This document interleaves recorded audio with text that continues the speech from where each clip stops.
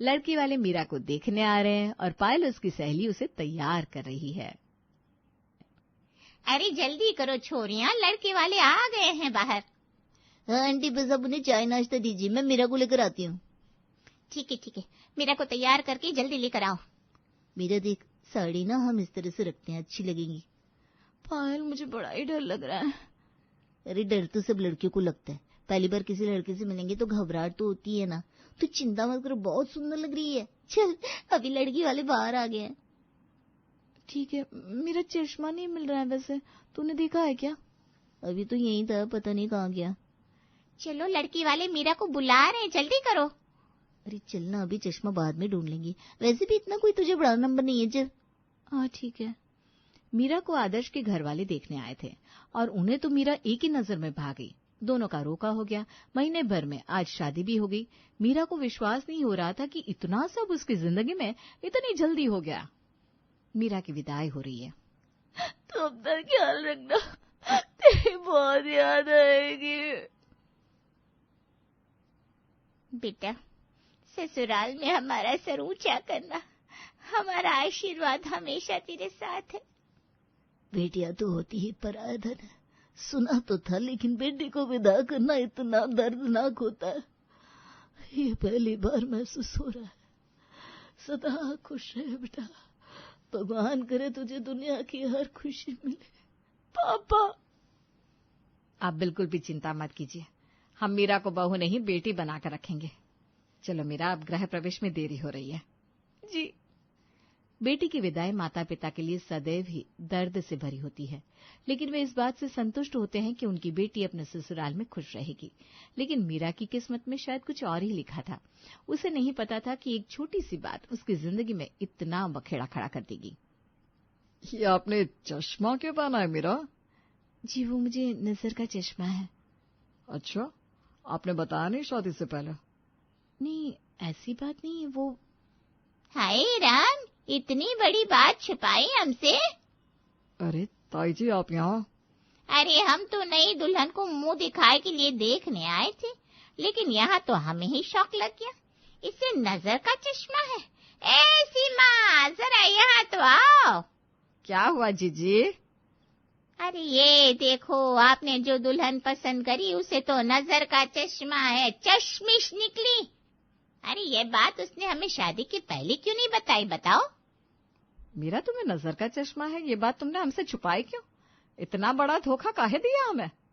नहीं माँ जी, मैं बस आपको बताना भूल गई थी। मेरा आपको धोखा देने का कोई इरादा नहीं है, और वैसे भी मेरी नजर इतनी भी कमजोर नहीं है। अरे वो कुछ भी हो, लेकिन ये बात तुमने छुपाई क्यों हमसे? इतने बड़े धोखे में रखा अपने ससुराल वालों को। माँ, अब शांति से बात करी ना मीरा से, चश्मा ही तो है, इतनी सी बात के लिए। अरे चुप कर आदर्श, दुनियादारी का तुझे कहाँ कुछ पता है। शादी कोई खेल नहीं है जहाँ कुछ दिन खेलना इसने। और इसके माता पिता ने हमसे झूठ क्यों बोला, धोखेबाज कहीं के। नहीं माँ जी, ऐसी कोई बात नहीं है। उस दिन मैं चश्मा पहनना भूल गई थी, बस इसीलिए आपको कभी बताने का मौका नहीं मिला। और 1 महीने में शादी तय हो गई तो उसकी तैयारियों में सब कुछ बताना रह गया। मेरा कोई इरादा नहीं था आपसे कुछ भी छुपाने का। अरे वाह वाह, अब कितनी भोली बन रही है, देखो जरा, शक्ल देखो इसकी। नहीं, इस बारे में हमें बैठकर बात करनी ही होगी। अभी तो लोग आए हुए हैं मुंह दिखाए के लिए, अभी कुछ बोल नहीं सकते। चलिए जीजी। बहुत बुरा किया, राम राम राम राम। सच में हमें नहीं पता था कि उन्हें चश्मे की बात से इतना बुरा लगेगा, वरना हम बता देते। चलो कोई बात नहीं, अब बाहर सब तुम्हारी मुंह दिखाई के लिए बैठे। जाओ तुम बाहर जाओ, हम इस बारे में कल बात करते हैं। मीरा को नहीं पता था कि उसकी एक ना कही हुई बात इतनी बड़ी बन जाएगी। ससुराल में मुंह दिखाए के बाद आज उसकी पहली रसोई थी, लेकिन उसके ससुराल वाले उससे इतने नाराज थे कि उसमें भी उसे शगुन नहीं, ताने ही मिले सिर्फ। माँ जी, आज मैंने अपनी पहली रसोई में खीर, सब्जी, रोटी, रायता और आलू टिक्की बनाई है। चश्मा पहनकर बनाया है ना, कहीं ऐसा ना हो नमक की जगह चीनी डाल दी हो तुमने। नहीं ताई जी, ऐसा कुछ नहीं है, मुझे चश्मे के बिना भी दिखता है। अच्छा, तो ये बात तुम हमें अब बता रही हो, जब हमने तुम्हें रंगे हाथों पकड़ लिया है? अरे आजकल की लड़की न जाने क्या सोचती है ससुराल वालों के बारे में। हमने कहा था तुम्हें बेटी बना कर रखेंगे, लेकिन बेटियां झूठ नहीं बोलती हैं। ससुराल में आकर तुमने तो इतनी बड़ी बात हमसे छुपा ली। अब क्या मुंह दिखाएंगे हम समाज में? माँ पापा, अब इतनी भी बड़ी बात नहीं है। अरे कैसी बड़ी बात नहीं है, चश्मे के बिना लड़की अलग दिखती है, हमें धोखा दिया इसके माता पिता ने।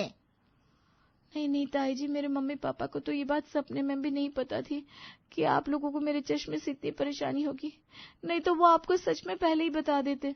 ये देखो, माँ बाप ने सिखाकर भेजा है, हमारे खिलाफ एक शब्द भी नहीं सुनना, है ना? नहीं तो क्या, शादी ब्याह का मामला नाजुक होता है बहू, ऐसे झूठ से टूट जाता है। तुम्हें हमारे आदर्श को सच बता देना चाहिए था। मैं मानती हूँ मेरी गलती है ताई जी, आप लोग प्लीज मुझे माफ कर दीजिए, मैं आपसे माफी मांगती हूँ। अब वो माफी मांग रही है ना, इस बात को यहीं खत्म कीजिए आप लोग। आदर्श, तुम्हें पता नहीं है, ऐसी बातें आगे चलकर बहुत बड़ी बन जाती हैं। तुम्हें अभी दुनियादारी का पता नहीं है। तुम्हारी माँ सही कह रही है आदर्श, तुम नरम दिल के हो बच्चा, इसलिए ऐसी बातें समझते नहीं हो।